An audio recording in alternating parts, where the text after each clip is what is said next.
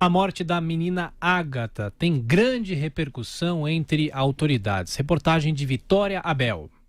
A morte da menina Ágata Vitória Salles Félix, de 8 anos, repercutiu entre autoridades neste fim de semana e levantou novamente a discussão sobre o excludente de ilicitude.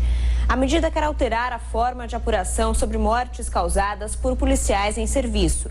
Na última sexta-feira, a Ágata levou um tiro nas costas dentro de uma Kombi no conjunto de favelas do Alemão, na zona norte do Rio de Janeiro.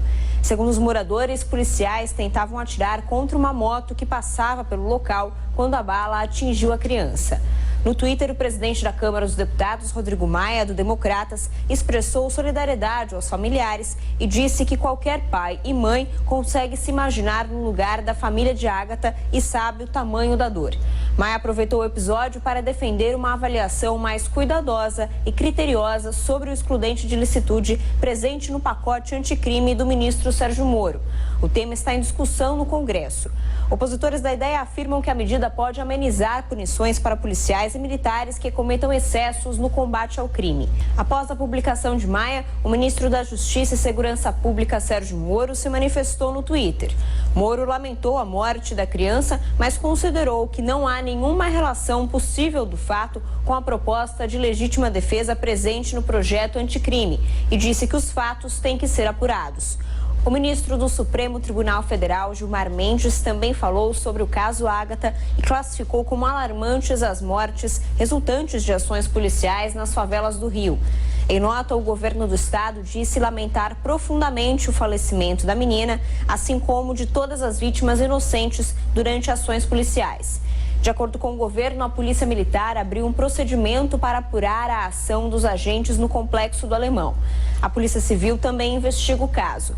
Apesar da nota oficial, o governador do Rio de Janeiro, Wilson Witzel, e o presidente Jair Bolsonaro não se manifestaram sobre o caso.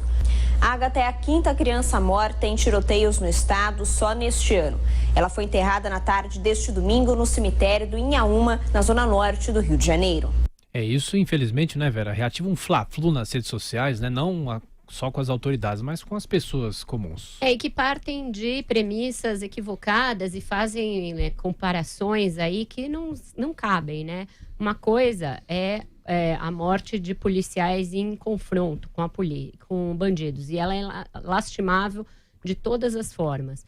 Mas eles estão exercendo o seu papel. A outra coisa é a morte de um inocente que não tem nada a ver com uma cena do crime, que está passando por uma via pública com os seus pais, como é o caso dessa menina.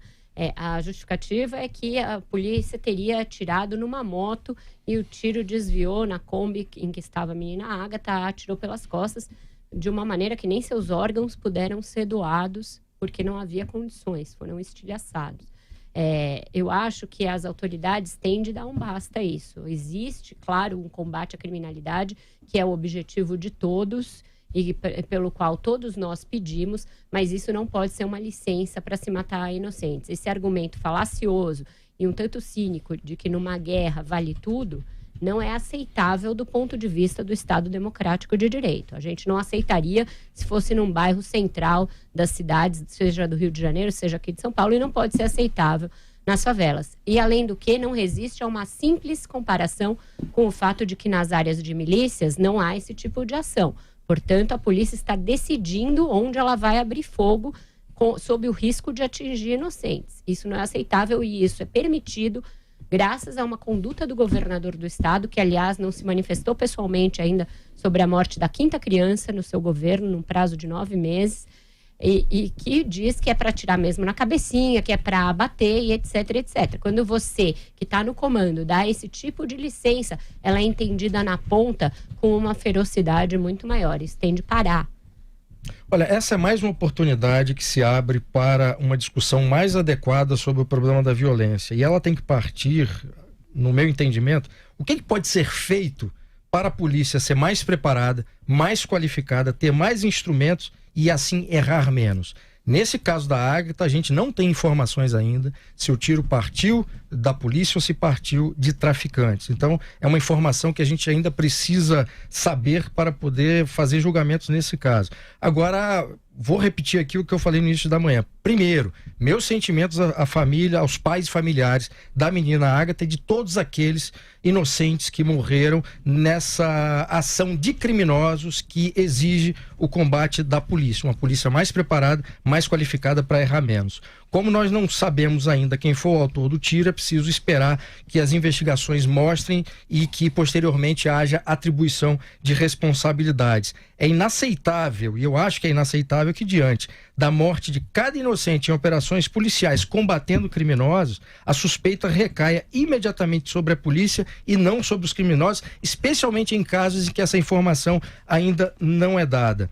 Vou repetir, a polícia deve ser mais qualificada, ter mais estrutura de trabalho, melhores salários e, portanto, ser mais respeitada pelo trabalho que faz. E uma das condições para que isso aconteça, para que a polícia seja mais respeitada, é identificar dentro da corporação policial aqueles bandidos que vestem farda e com a farda de policial agem como criminosos, usando essa farda como proteção para cometer todo tipo de crime. São criminosos ainda piores. E essa situação, como eu já disse, ela tem efeitos, consequências muito negativas. A primeira, desestimula bons policiais. A segunda, favorece maus policiais. A terceira, favorece os criminosos. A quarta, aumenta a criminalidade.